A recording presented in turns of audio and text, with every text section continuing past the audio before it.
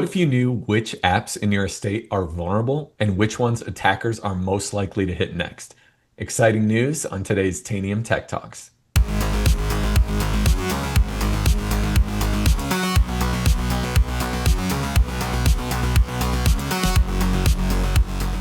Today, we are talking Comply's newest features, exploit intel, criticality, and detected products, and how all of these together help us cut through all of that noise and jump straight to remediating the vulnerabilities that matter the most. With us today to talk about these exciting new features is Julia. Julia, would you please introduce yourself for the viewers at home? Absolutely. Hi, I'm Julia Grunwald. I am the product portfolio lead at Tanium, responsible for our exposure management products. And I am so excited to be here today to talk about some new improvements we've made to Tanium Comply. Julia, we are so excited to talk to you today, and especially with everything going on in Comply. I know as I've spoken to and worked with customers, and really anywhere in the industry, knowing what vulnerabilities we have out there that matter that we need to fix is such a huge thing because we're sometimes just so overwhelmed with this information of what's happening, what we need to do, so many 0 days, where do I start? And it sounds like you've built something that helps make all of this easier. So tell us a little bit more about this. Yes, absolutely. So you hit the nail on the head, Jesh. A lot of customers have thousands of vulnerabilities, in some cases, millions of vulnerabilities. And managing that type of a state is challenging, right? You need to understand what to prioritize, what to fix now, what can go through a normal patching cycle that might take a couple of weeks, maybe a month to fix. So what we've done is we have made some pretty big improvements to the types of data that you can see within Comply. And for anyone who's not familiar, Comply is our module that does vulnerability and compliance scanning. So what we've done within Comply is we've started to add additional data about vulnerabilities. We have traditionally included things like CVSS score to show you how important a vulnerability is. But we've gotten a lot of requests over the past year or so that customers want more. They want to know if a vulnerability is actively being exploited. They want to know if there are specific threat actors using a vulnerability, if there are ransomware campaigns using a vulnerability. And we wanted to add all of that type of data into Comply so that they can use that to make prioritization decisions. That's Amazing. fantastic. Is this specifically built in Comply then? So if I own Comply, I get all these new toys? Absolutely. So a lot of our customers use the data right within the Comply console. You'll be able to see all of the new fields right there in line with all of your findings details. We also allow this data to be exported. We know that customers use the vulnerability data within ServiceNow, within other systems of record. So with our Connect exports, as well as custom reports, Workbench exports, you'll be able to use this data wherever you want to see and prioritize your vulnerabilities. That is amazing. Now, you talked about all these new fields that we have, and I can see you've got Comply pulled up right now. Can you walk me through what these new fields are and how they help? Yes, absolutely. So I'll pull up a couple of examples that really highlight why we added these and what value they drive. So the first one that I want to talk about is actually a vulnerability from 2020 that I think is a really good example. So I will go into my Comply findings view here. I'll search for this vulnerability and say that we were looking at this vulnerability a few months ago, before we had all of this additional detail in Tanium. If we look at this vulnerability from 2020, we can see that it has a CVSS score of 5.5. That's a CVSS 3.1 score. So if I was just looking at this vulnerability, this might not be that interesting to me. It's kind of medium. It's from 2020. However, if we start to look at some more details about it, we can see that first, the EPSS score, which shows us likelihood of this vulnerability being exploited, is a 0.9. And to just give you context, this score maxes out at a 1, right? So this is a really high EPSS score. So it's like baseball. Okay. Yeah, exactly. And if I drill in, I can actually get more details about this. So we have this whole new exploit intel panel here. So I can see not only is this vulnerability pretty likely to be exploited based on the EPSS score, but I can also get all sorts of details about the exploit themselves. So we have this new field called max maturity, which is actually one of my favorite new fields that we got as part of this. because this will differentiate between an exploit that's a proof of concept, maybe something that a researcher found, identified, versus this case where this is actually weaponized. So we're seeing this vulnerability being weaponized in the real world. We can also see that there are 76 individual exploits tied to it. You can see the maturity of each one of those individual exploits.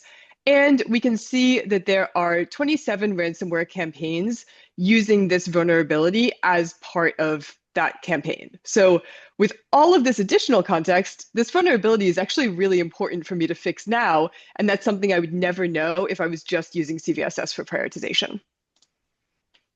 That weaponized, that makes me be like, wait a second, pay attention here.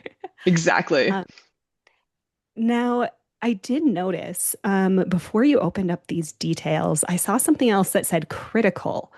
So it sounds like the EPSS score gives us that extra boost, but that critical field, what's that one about? Yes. So when I think of vulnerability management, I think of three legs. We want to know how important the vulnerability is. CVSS, great for that. We want to know how likely the vulnerability is to be exploited, which is what we just talked about with EPSS and all of that other metadata. But then the third piece of that stool is how business critical is this asset? Like, what is the actual business impact of there being a critical exploitable vulnerability on this endpoint? And that is what this new field is. So we have introduced endpoint criticality into our comply details. And endpoint criticality is actually something that we've had in the Tanium product for a little while, but not everyone might be familiar with it. So I'm actually just going to walk you through criticality for a moment to show you what kind of details you can use to populate this field. So this is a shared service. You can go in to Tanium Criticality and start to assign endpoint criticality. So by default, we ship Tanium with 3 rules. All domain controllers are critical, all servers are high, and all workstations are medium. And this just gives you a quick out-of-the-box Tanium default understanding of criticality. But we can do so much more than that. You can define your own criticality rules based on 3 different ways of doing this. All right, so we can create criticality in a couple of different ways. We can either upload a list of critical machines, we can define criticality based on something like endpoint name, or what I really like to do is creating rules that will then assign criticality dynamically. So you can see we actually have 17 rules already created in this environment. A couple of those are the default ones like this that ship with Tanium, but there's a lot that me and my team have gone in and added over time. So for example, we have this risk dedicated machines here that's critical. We actually were able to tag different machines with the tag risk and then have criticality pull all of those tags to associate the criticality status with those endpoints.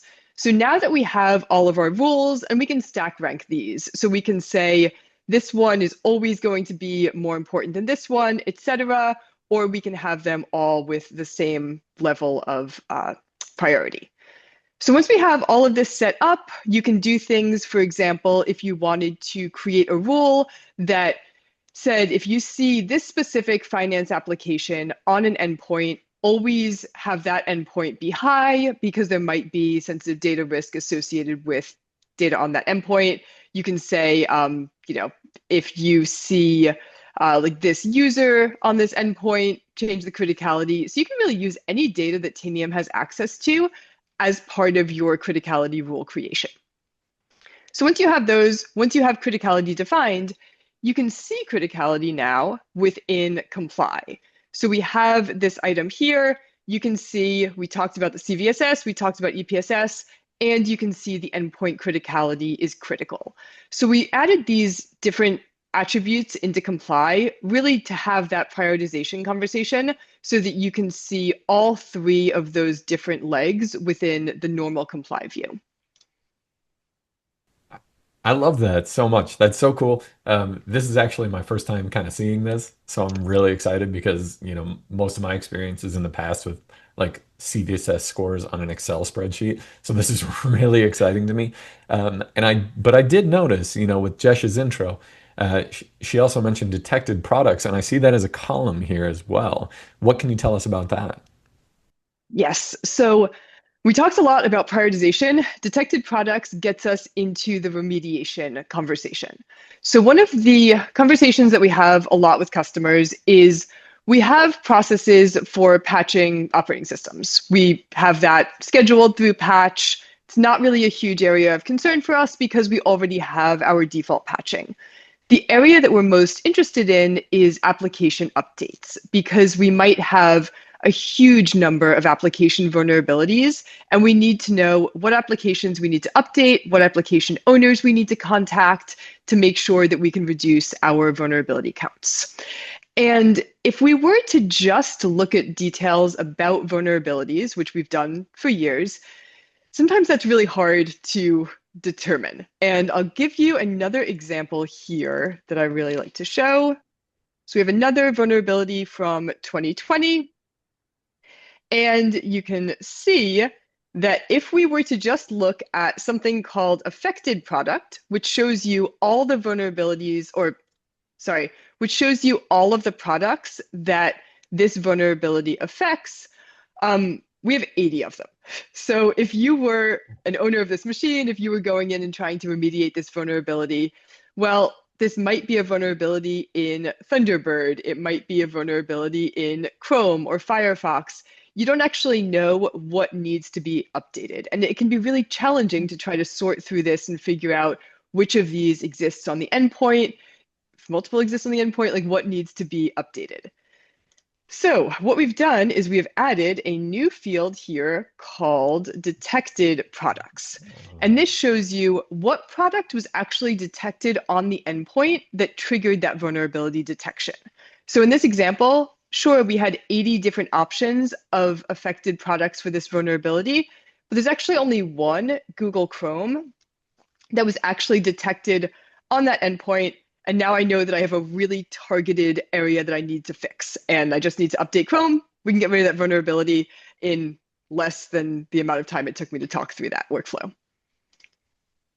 This is like astounding because I'm thinking back to talking to customers and they had someone who hadn't managed CVEs before at all. And now he's in Tanium looking at this giant list. And it was that same thing. There was this huge list of affected products. And his first thought was, do I need to update all of these? What do I need to do to know what next step to take? And so it required that extra investigation and this extra time. That one column saves us so much time. I love it.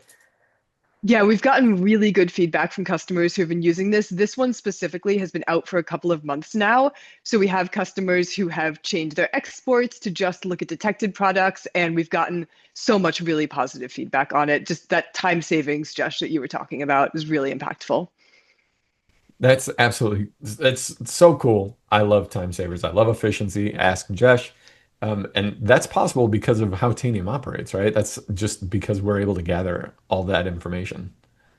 Absolutely. That information, that context to go from just showing you the vulnerability to now showing you, hey, here it is, and here's some extra things. Here's how critical your endpoint is. Here's how you, like you said, the EPSS store, that score, EPSS score. There we go. That intel. I love it so much. Julia, as we've gone through all of this stuff, I'm just so excited. I'm jumping around. Is there anything that we haven't looked at that you feel like we need to cover still? Anything new you want to show us? Yes, I actually didn't show you our exploitability dashboard yet. So this is a new dashboard that we have released to coincide with the exploitability data in Comply. So you were asking earlier, does this data live in Comply? Absolutely. We expect a lot of people will use it there, but we could not pass up the opportunity to create a managed dashboard to show more information about this exploitability and allow you to really drill in and understand kind of where your vulnerabilities are playing out. So we have this exploitability dashboard. It will show you the overlay of CVSS and EPSS score. So it will really show you where to hone in. We'll also show you, for example, like the top 10 most exploitable CVEs with findings. This is all coming from your environment. If there are aliases, like those celebrity vulnerability names, we'll list those out so that you can see, like, for example, the Poodle vulnerability, which I think is an SSL vulnerability from quite a while ago, 2014. We'll also pull in data from the CISA Kev so that you'll be able to see specifically exploitable vulnerabilities that CISA has identified in their known exploited vulnerability feed, and will give you some additional vulnerability intelligence. So as part of this, we also introduced the MITRE ATT&CK mappings for vulnerabilities through CWEs. We'll be able to show you which different MITRE ATT&CK techniques are most common across the vulnerabilities in your environment. Just really give you a number of different lenses into your vulnerabilities, and all of these are clickable. You can drill through and see more details about any of the vulnerabilities in these charts. But I find that this is a really good thing if you're doing presentations, if you want to give a real snapshot of what your environment looks like. This dashboard gives you a ton of different options to pick from. And like any of our dashboards, you can always clone it, make a copy, change some fields, add more details in to make it align with your processes. It's great. I can see how this is, vulnerability management is a Goliath and it's such a messy process sometimes. And it sure seems like everything you've done here, everything you've shown us is to make that easier on our customers, right?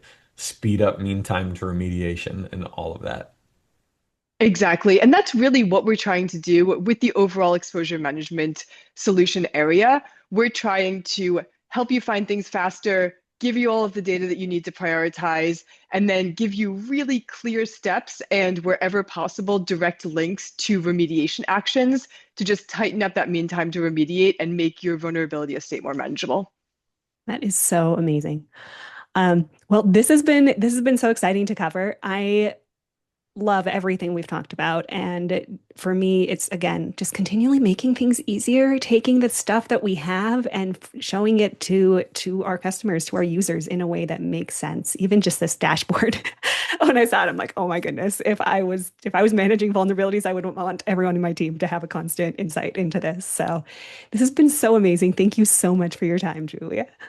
Thank you so much for having me. Really appreciated it and really excited to start getting our customers to use all of the features that we talked about today. Yeah, I am too. I'm excited to hear more feedback. Once again, please see below for our show notes, resources, any relevant links. Thank you so much for joining us today, Julia, as well as the viewers at home. And with that, we'll see you next time on Tanium Tech Talks.